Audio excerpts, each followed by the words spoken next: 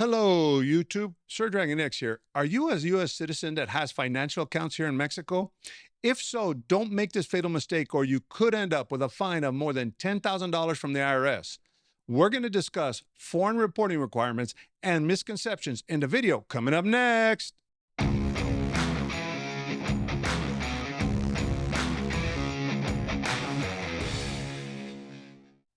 Are you a U.S. citizen that has financial accounts here in Mexico?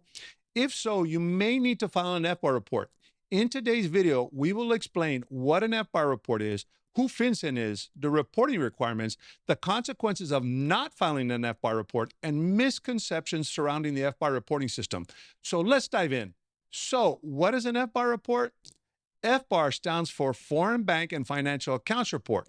It is a report that must be filled out with the U.S. Treasury Department by U.S. taxpayers who have financial interest or signature authority over foreign financial accounts, including bank accounts, brokerage accounts, mutual funds, trusts, or other types of foreign financial accounts. The FBAR is required if the aggregate value of the foreign financial accounts combined exceeds $10,000 at any time during the calendar year. This report is filed with an agency called FinCEN. Now, who is FinCEN, you may ask? FinCEN, or the Financial Crimes Enforcement Network, is part of the United States Department of Treasury. Its primary mission is to safeguard the United States financial system from illicit use, combat money laundering, and promote national security through the collection, analysis, and dissemination of financial intelligence. It is not a law enforcement agency. So, what are the FBAR reporting requirements? If you are a U.S. citizen or a U.S. permanent resident, you might need to file an FBAR report if you are a U.S. citizen or resident, you have a financial interest or signature authority over one or more financial accounts located outside the U.S., including bank accounts, brokerage accounts, mutual funds, trusts, and other types of foreign financial accounts.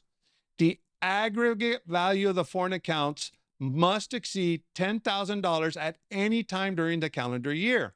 Remember, the FBAR is filed separately from your income tax return, and the deadline to file is April 15th of the following year, with an automatic extension of October 15th if needed. This report is filed electronically with the Financial Crimes Enforcement Network. I will be leaving a link in the video description below. Now, there is one exception for Mexico that is very important. I am aware that many people purchase property on the beach and hold it in a Mexican land trust that's called a fideicomiso. That fideicomiso has been deemed by FinCEN to be exempt from FBAR reporting requirements. But it is important to note that any other type of trust is required under the FBAR reporting requirements. So, what are the consequences of not filing an FBAR report? Failing to file an FBAR report can result in severe penalties. There are two main types of penalties, non-willful and willful. First, let's go over non-willful. If you fail to file an FBAR report and it is deemed non-willful, meaning that it was an unintentional oversight, the penalty can be up to $10,000 per violation. Ignorance or saying, "I didn't know," is not a defense for non-willful filing. Okay, let's go over willful.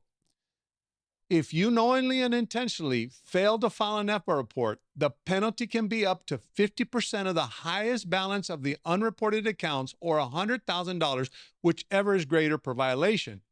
Criminal penalties for willful failure to file an FBAR can include fines up to $250,000 and/or imprisonment for up to 5 years. Now, the big question is, who enforces these FBAR regulations?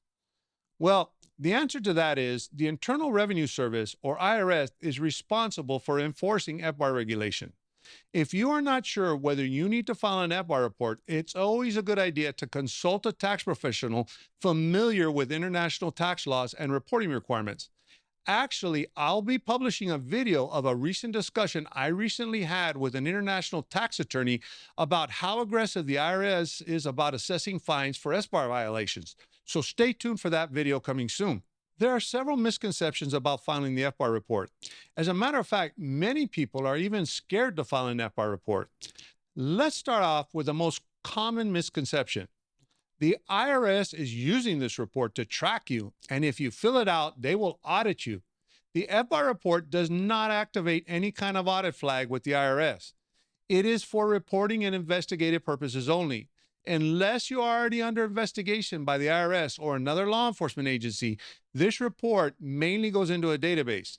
The consequences of not filing the report are greater than getting audited by the IRS. Let's go over one of the biggest misconceptions. The IRS has no way of knowing that I have a foreign account because I live in Mexico. Actually, that's a misconception. The Foreign Account Tax Compliance Act, FACTA, is a U.S. law that requires foreign banks to share information about American customer accounts with the Internal Revenue Service. This law was enacted in 2010, so there is a way for the IRS to find out if you hold a foreign account. Another common question that is always asked when filing an FBAR is, when filing my FBAR, I must declare the total aggregated value of my accounts. What if I don't remember or know the exact amount? There is a box for unknown if you don't remember. Do not attempt to estimate the amount. Mark the unknown box instead. A well-known and respected YouTuber has advised individuals in his private Facebook group that writing an estimate is better. His reasoning is that if you mark unknown, it may set off an audit flag with the IRS. As I discussed earlier, filing an FBAR will not trigger an audit flag. Furthermore, through FACTA, the IRS can obtain your foreign bank account information. If you provide false information on the form by estimating, you could face separate criminal penalties for lying on a government document. When you submit the form, you are certifying that the information is accurate. Mark the unknown box to avoid any issues if you are unsure of the account's maximum value during the year. And last but not least, I'm going to cover an issue that I've already covered in a previous video. I have a dollar app account. It uses cryptocurrency, and there's an exception for cryptocurrency, so I don't have to report it because a well-known and trusted YouTuber made a video stating that I am exempt from FBAR reporting. The cryptocurrency exception is for individuals who have actual custody of the cryptocurrency in the foreign country, such as in a hardware wallet or holding the cryptocurrency in a foreign exchange. First, the dollar app does not meet the definition of foreign cryptocurrency exchange, and you never hold custody of the cryptocurrency. The dollar app company owns it as collateral to your balance. Regardless of how your balance appears on the app, you do not have custody of the cryptocurrency. The wallet belongs to the company. In my experience, the dollar app is a financial services platform that meets the definition of other financial accounts. Although the IRS is the final authority that will decide, I would hate to be on the receiving end of a $10,000 fine. You're better off filing one regardless. It's always safer to over-report than under-report or not report at all. Now, I know some people are going to ask, how do you know all about this? Well, I spent a large portion of my federal law enforcement career investigating money laundering and working hand in hand with FinCEN. I also served as an agency liaison to FinCEN when I was assigned to the Financial Crimes Investigation Division of my agency in Washington, D.C. Furthermore, I was a member of several FinCEN working groups that dealt with FBAR reporting issues. With all this being said, it's important to note that if you're unsure whether you need to file an FBAR report or you have a complex financial situation, you need to contact a tax expert who's familiar with international tax filings. And there you have it.